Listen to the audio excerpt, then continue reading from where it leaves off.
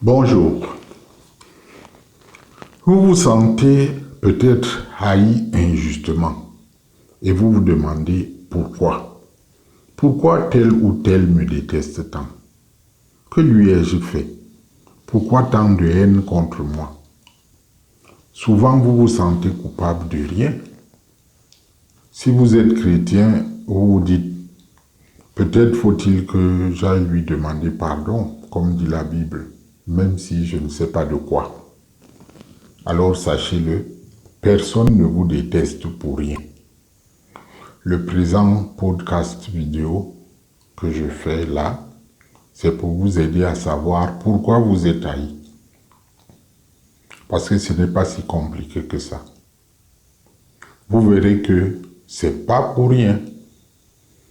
Et vous pourrez donc choisir votre attitude. Soit vous réajustez, soit abdiquer, soit passer vous-même à l'attaque. Et comment? Tout un programme. Voici donc les 3 racines de la haine. Nous sommes le 14 septembre 2021. Si vous êtes nouveau sur notre chaîne Verboom, soyez les bienvenus. Cliquez immédiatement sur s'abonner, puis sur la clochette de notification qui suit. Vous aurez régulièrement de nos nouvelles et vous pourrez faire vos suggestions en commentaire. Voyons donc. Il existe des lois spirituelles qui rendent compte de la haine et de son corollaire qu'est la méchanceté. C'est ces lois que j'aborde ici.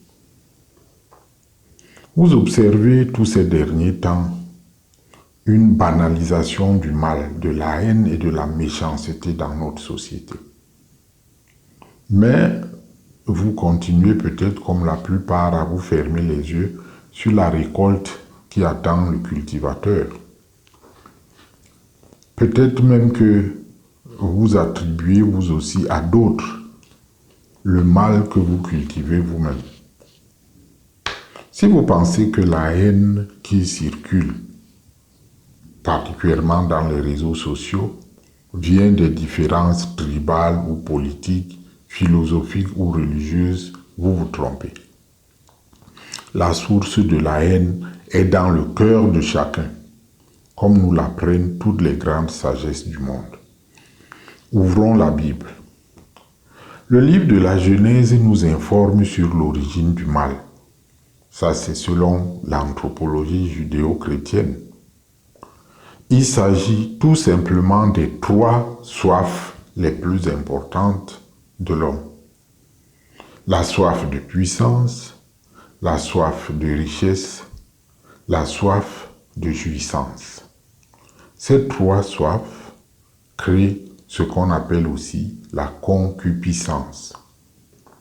D'après le livre de la Genèse, le mal préexistait avant la création de notre monde. Mais le mal est entré dans le monde par l'action de Satan, qui avait échoué dans son projet d'acquérir l'omnipotence et l'omniscience, c'est-à-dire dans son projet de devenir Dieu. Jaloux de la nouvelle créature qui était l'homme, Satan suggère à l'être humain le même complot de la recherche de puissance et de connaissance. Le livre parle de l'arbre de la connaissance du bien et du mal. L'être humain succombant à la tentation de la toute-puissance, c'est la première racine de la haine. On retrouve aussi une histoire à peu près semblable dans le Coran. Les connaisseurs connaissent. Tout ce qui va désormais barrer à l'homme le chemin de la toute-puissance sera ennemi à abattre. Donc, si vous détenez un pouvoir que quelqu'un d'autre ambitionne, chers amis, comptez que vous avez perdu un ami. C'est la première racine. La seconde racine de la haine est illustrée dans le mythe de Caïn et Abel.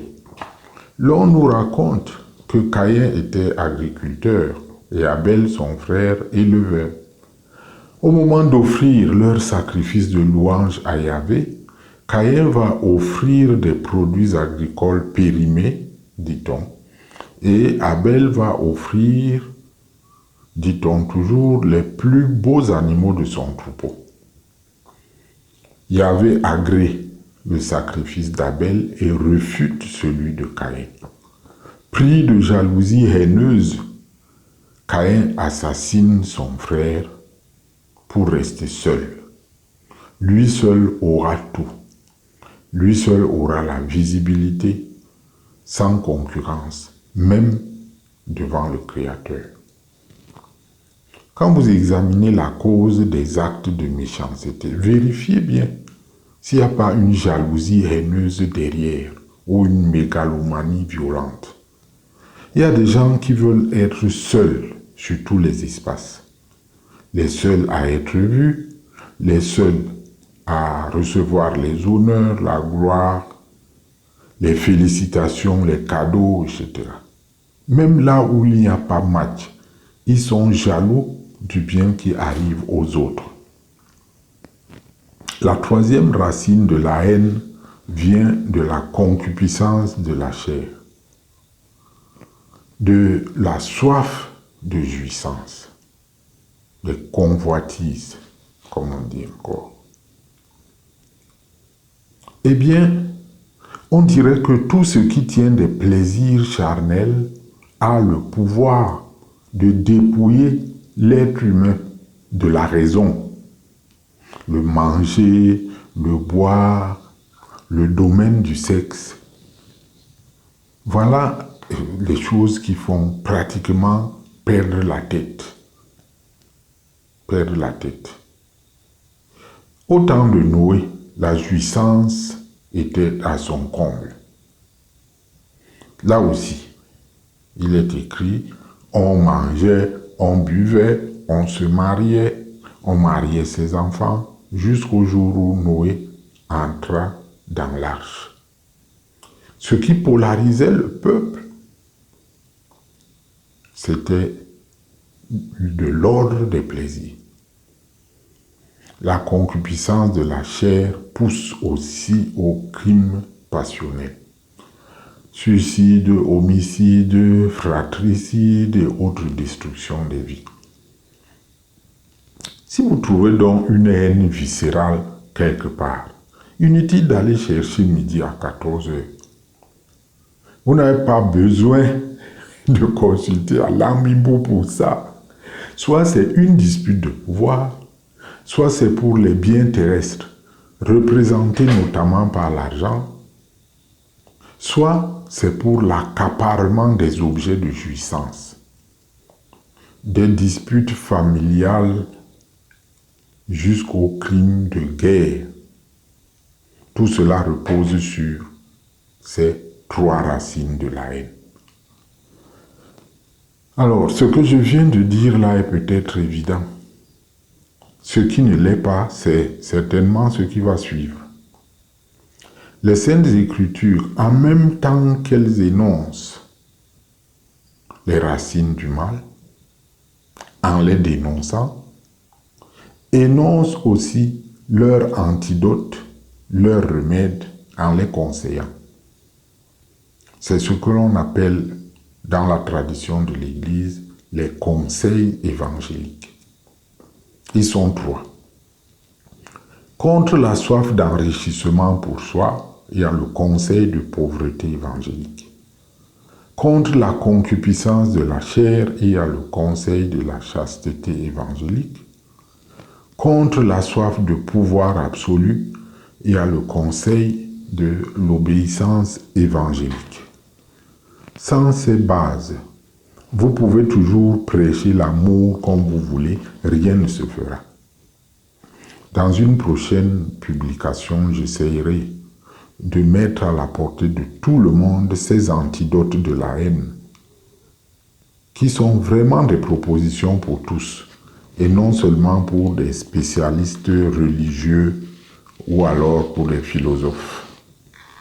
C'est le jardin sur lequel l'amour vrai peut naître. Cessez donc de dire qu'on vous hait pour rien. Si vous avez un ennemi, même inconnu, c'est que vous êtes en dispute, en concurrence, en compétition contre lui, même sans le savoir. Entrez en discernement vous-même. Vous avez votre intelligence pour ça. Et vous allez découvrir dans quel domaine, sur quel terrain se trouve votre match. Puis cherchez des alliés pour la bataille. À défaut de ça, démissionnez. En attendant, moi je vous conseille comme refuge l'Éternel notre Dieu. Pourquoi? Eh bien, comme il est écrit dans le psaume 89, suivez bien. Dieu des armées, qui est comme toi. Tu es puissant, Seigneur, et ta fidélité t'environne. Ton bras est armé de puissance. Quand tu soutiens un héros, l'ennemi ne le surprendra pas, et le fils d'iniquité ne l'emportera pas sur lui. Amen. Amen.